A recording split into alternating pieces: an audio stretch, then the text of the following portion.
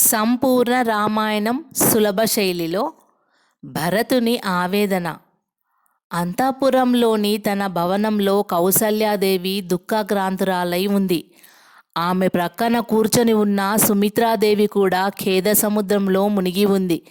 పరిచారికలు విచార వదనాలతో చేతులు కట్టుకొని నిల్చొని ఉన్నారు. చేతుల గాజులు తొలగి నుదుట కుంకుమ బొట్లు చెరిగి కౌసల్య సుమిత్రల ముఖాలు కళావిహీనంగానూ దుఃఖపూరితంగానూ ఉన్నాయి. ఆ సమయంలో భరతుడు శత్రుఘ్న సహితుడై అక్కడికి వచ్చాడు. దైన్యానికి ఆలవాలములైన ఆ తల్లులిద్దరి ముఖాలను దుఃఖావేశంతో చూస్తూ ఆ రాకుమారులు అడుగులు తడబడుతుండగా వచ్చి కౌసల్యాదేవి పాదాల మీద వ్రాలిపోయారు. కౌసల్య కళ్ళు తుడుచుకుంటూ భరతుణ్ణి చూసింది. నాయనా భరత, నువ్వు పసివాడివి. ఆ దుఃఖంలో పాలు పంచుకోవడం పాడి కాదు. నువ్వు ఈ రాజ్యానికి పట్టభద్రుడవై చల్లగా జీవించు తండ్రి అని దీవించింది దగ్గుత్తికతో. ఆ మాటలు భరతుని సున్నిత హృదయానికి సునిశితములైన బాణాల్లా తగిలాయి.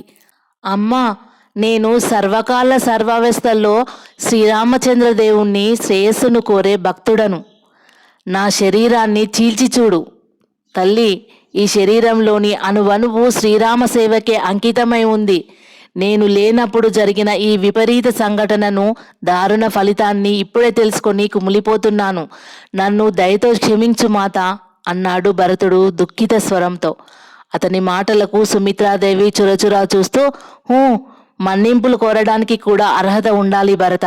నీ తల్లి మా కుమారులను మాకు వేరు చేసింది. శాశ్వతంగా మమ్మల్ని పసుపు కుంకుమలకు దూరం చేసింది. ఇదంతా నిన్ను సింహాసనం మీద కూర్చోబెట్టడానికి చేసిన ఘాతుకమేగా. ఆమె పథకం ఫలించింది. ఇక రాజమేల్తూ హాయిగా నీ తల్లిని సేవించుకుంటూ 1000 ఏళ్ళు చల్లగా వర్ధిల్లు. అయినా ఇందులో నీ భాగం లేదా? నీ ప్రేరణ లేదా? అయినా భరత, ఇంత నాటకం ఎందుకు? రాజ్యం పంచి ఇమ్మంటే ఏ గొడవ ఉండేది కాదుగా. మహారాజుల వారు సంతోషంగా పంచి ఇచ్చేవారే. ఈ మాత్రానికి తల్లి కొడుకులు కలిసి ఇంత క్రూరమైన కుట్ర పన్నాలా? అంది తీవ్రంగా.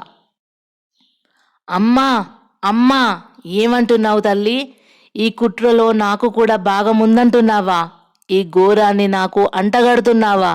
హతవిధి, నేనెంత పాపాత్ముణ్ణి, ఎంత దురదృష్టవంతుణ్ణి అని దుఃఖించసాగాడు భరతుడు. ఈ కళ్ళబొల్లి కబుర్ల వల్ల, కన్నీళ్ళ వల్ల ప్రయోజనం లేదు భరత. నువ్వు ఇక్కడ ఉంటే నీ ప్రజలు మరో విధంగా అపోహపడి నీ పాలనలో విధేయులుగా ఉండరని ఊహించిన నీ తల్లి క్రూర కార్యాచరణకు ముందుగానే నిన్ను శత్రుఘ్న కుమారుని తోడు చేసి తన తండ్రి ఇంటికి పంపించింది. పని తీరగానే వార్త పంపించింది. రెక్కలు కట్టుకొని వచ్చావు. ఇంకా ఈ ఆవేదనతో కూడిన అభినయం ఎందుకు నాయనా? త్వరలో పట్టాభిషేకం చేసుకో. రాముడు లేక పాడుబడినట్లు ఉన్న ఈ శ్మశానం వంటి అయోధ్యను నువ్వు నీ తల్లి కలిసి ఏలుకొని కలకాలం సుఖంగా వర్ధిల్లండి తండ్రి అంది సుమిత్రాదేవి కోపావేశాలతో. భరతుడు సుమిత్ర మాటలకు విలపిస్తూ బాధగా తలను అటూ ఇటూ ఊగించాడు. శత్రుఘ్నుడు తల్లిని చూస్తూ, అమ్మా, కుమారులను దండించడానికి తల్లులకు అధికారం ఉంది. కానీ యుక్తాయుక్త సందర్భాలు కూడా తెలుసుకోకుండా ఈ నిష్ఠూరాలు ఏమిటమ్మా? అన్నయ్య ఇప్పటికే భరింపరాని దుఃఖంతో ఉన్నాడు. ఆయన హృదయం పగలి ముక్కలై ఉంది. ఆ ముక్కలను లెక్కపెట్టగలిగిన శక్తి ఒక్క శ్రీరామచంద్రుడికి తప్ప మరొకరికి లేదు. నువ్వన్నట్లు అన్నయ్య రెక్కలు కట్టుకొని రాలేదమ్మా. అక్కడ తనకేదో చెడు కల వచ్చిందని అర్ధరాత్రి వేళ నన్ను నిద్రలేపి హుటాహుటిగా అయోధ్యకు బయలుదేరదామన్నాడు. మేము ఇక్కడికి వచ్చేసరికి పరిస్థితులు ఇంత తీవ్ర రూపం ధరించాయి. విధి విధానం ఈ విధంగా ఉండగా మీరు ఒక వ్యక్తిని కారణమని నిందించడం ఏమంత సమంజసం? అన్నయ్యను మళ్ళీ ఇలా పరుష వచనాలతో దూషిస్తే మాత్రం నేను సహించను అన్నాడు. శత్రుఘ్ని చూపులతోనే వారిస్తూ, తమ్ముడు, స్వార్థపరురాలైన మనకందరికీ ఇన్ని విధాలుగా దుఃఖాన్ని కలిగించిన మహాపాపాత్మురాలు కైక. ఆ దుర్మార్గురాలి కడుపున జన్మించిన దోషిని నేను. ఈ విధంగా ఆలోచిస్తే మన ఆరాధ్య దైవమైన అన్నయ్య వనవాసానికి వెళ్ళడానికి, ఆ దుఃఖంతో తండ్రి దుర్మరణం పాలు కావడానికి కారకుణ్ణి నేనే. మన తల్లులను దూషించనివ్వు తమ్ముడు.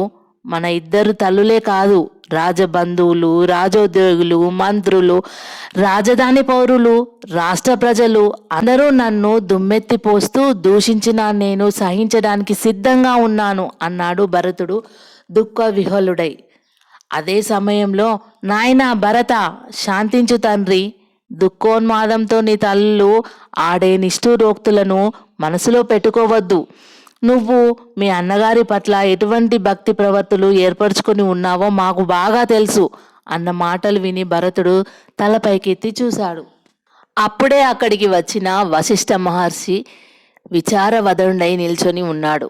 భరతుడు లేచి వశిష్ఠునికి నమస్కరిస్తూ, లేదు గురుదేవా, నా తల్లులు నిష్ఠూరోక్తులు ఆడడం లేదు. ఇక్ష్వాకు వంశానికి మాయను మచ్చన తెచ్చిన ఈ దౌర్భాగ్యుని మీద దయతలచి సామాన్యమైన దూషణ శిక్షతో నన్ను విడిచిపెడుతున్నారు. కానీ తరతరాల ప్రజలు భవిష్యత్తులో నన్ను వేలు చూపి ఎలుగెత్తి చాటి ఘోరమైన నిందను భరించవలసిన వాడను నేను. ఇక నాకు నిష్కృతి లేదు అన్నాడు భరతుడు. వశిష్ఠుడు భరతుణ్ణి అన్నయిస్తూ, నాయనా, నువ్వు ప్రాజ్ఞుడవు, అన్ని ధర్మాలు తెలిసిన వాడవు. ఇచ్చిన మాటను నిలబెట్టుకోవడం ఇక్ష్వాకుల ఉత్తమ ధర్మం. కాబట్టి నీ తండ్రి తన సత్యవాక్ పరిపాలనను నిలబెట్టుకోలేక తప్పలేదు. మానవ జాతికి మంచి గుణాలనన్నింటినీ బోధించే ఆదర్శప్రాయుడుగా నీ అన్న తండ్రి ఆజ్ఞను శిరసా వహించి వనవాసానికి వెళ్ళక తప్పలేదు. ఈ దుఃఖం మనందరం సమానంగా పంచుకోవాలి. కానీ దుఃఖంతో కర్తవ్యం నెరవేరదు. రాజు లేకపోతే రాజ్యంలో అరాచకాలు చెలరేగుతాయి. ప్రజా సంరక్షణ కూడా ఇప్పట్లో నీకు గురుతరమైన బాధ్యత అని ప్రత్యేకంగా నేను వివరించవలసిన పని లేదు. కాబట్టి అంటున్న వశిష్ఠ మహర్షిని అయోమయ దృష్టిలతో చూస్తూ భరతుడు కాబట్టి అని ప్రశ్నించాడు. నువ్వు అయోధ్య నగరానికి పట్టభద్రుడవు కావాలి అన్నాడు వశిష్ఠుడు. భరతుడు కొన్ని క్షణాలు వశిష్ఠుని వైపే వెర్రిగా చూశాడు. చిన్నగా తల పంకించాడు. అలాగే గురుదేవా, అలాగే గురుదేవా, అలాగే. జీవోత్సవమైన ఈ భరతుణ్ణి ఇక మీరందరూ చిత్రహింసలు పెట్టకుండా పట్టం కట్టండి. కానీ సజీవుడనైన ఈ భరతుడికి కాదు, భరతుని శవానికి అని ఒర నుండి జరాలున కరవాలం దూసి మెడకేసి గురి చూసి విసురుగా వేసుకోబోయాడు భరతుడు. రేపపాటులో జరిగిన ఆ ఆకస్మిక సంఘటనకు విభ్రాంతుడై శత్రుఘ్నుడు 2 చేతులతో భరతుని చేయిని గట్టిగా పట్టుకున్నాడు. వెంట్రుక వాసిలో కత్తి భరతుని మెడ దగ్గర ఆగింది. అన్నయ్య, ఏమిటి సాహసం అన్నాడు శత్రుఘ్నుడు దుఃఖావేశంతో. శత్రుఘ్న, నన్ను వారించవద్దు, చేయి విడిచిపెట్టు అన్నాడు భరతుడు. పరిస్థితి ఆ విధంగా మార్పు చెందుతుందని ఊహించని కౌసల్య సుమిత్రలు ఉలిక్కిపాటుతో ఆ దృశ్యాన్ని చూస్తూ శిలాప్రతిమల్లా అయిపోయారు. వశిష్ఠ మహర్షి కూడా నోటమాట రాక స్తంభించిపోయాడు. శత్రుఘ్నుడు తన బలాన్నంతటినీ ఉపయోగించి భరతుని చేయిని గట్టిగా పట్టుకునే ఉన్నాడు. శత్రుఘ్న, భరతుని కంఠస్వరం పిడుగులు వర్షిస్తున్నట్టు ఆ అంతఃపురమంతా ప్రతిధ్వనించింది. నా మీద నీకు ఏమాత్రం గౌరవం, ప్రేమ, భక్తి ఉండినా నా చేయి విడిచిపెట్టు అని గద్రించాడు. శత్రుఘ్నుడు దుఃఖ విహ్వలుడై దీనంగా తల్లుల వైపు చూశాడు.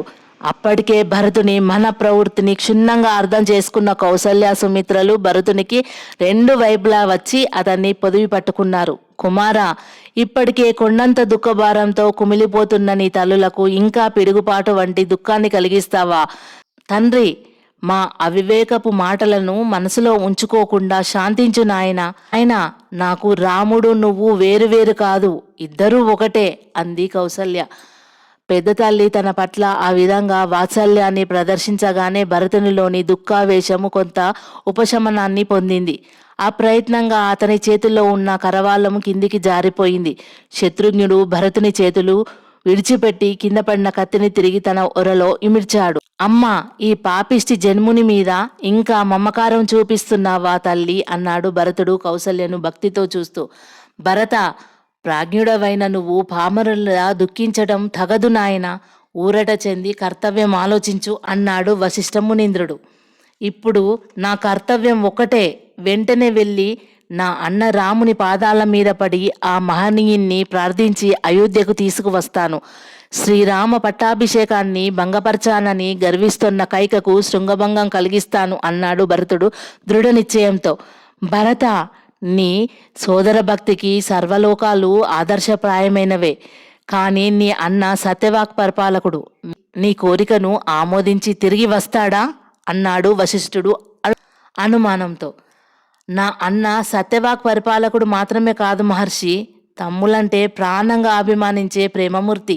నా ప్రార్థన నిరాకరించడన్న నమ్మకం నాకు ఉంది. ఒకవేళ నా ప్రార్థన నా అన్న కాదంటే నేను కూడా ఆ మహనీయునితో కలిసి వనవాసం చేస్తాను. నా అన్న మీద, నా తండ్రి మీద ప్రమాణం చేసి చెప్తున్నాను, రాముడు లేని అయోధ్యలో నేను ఉండను.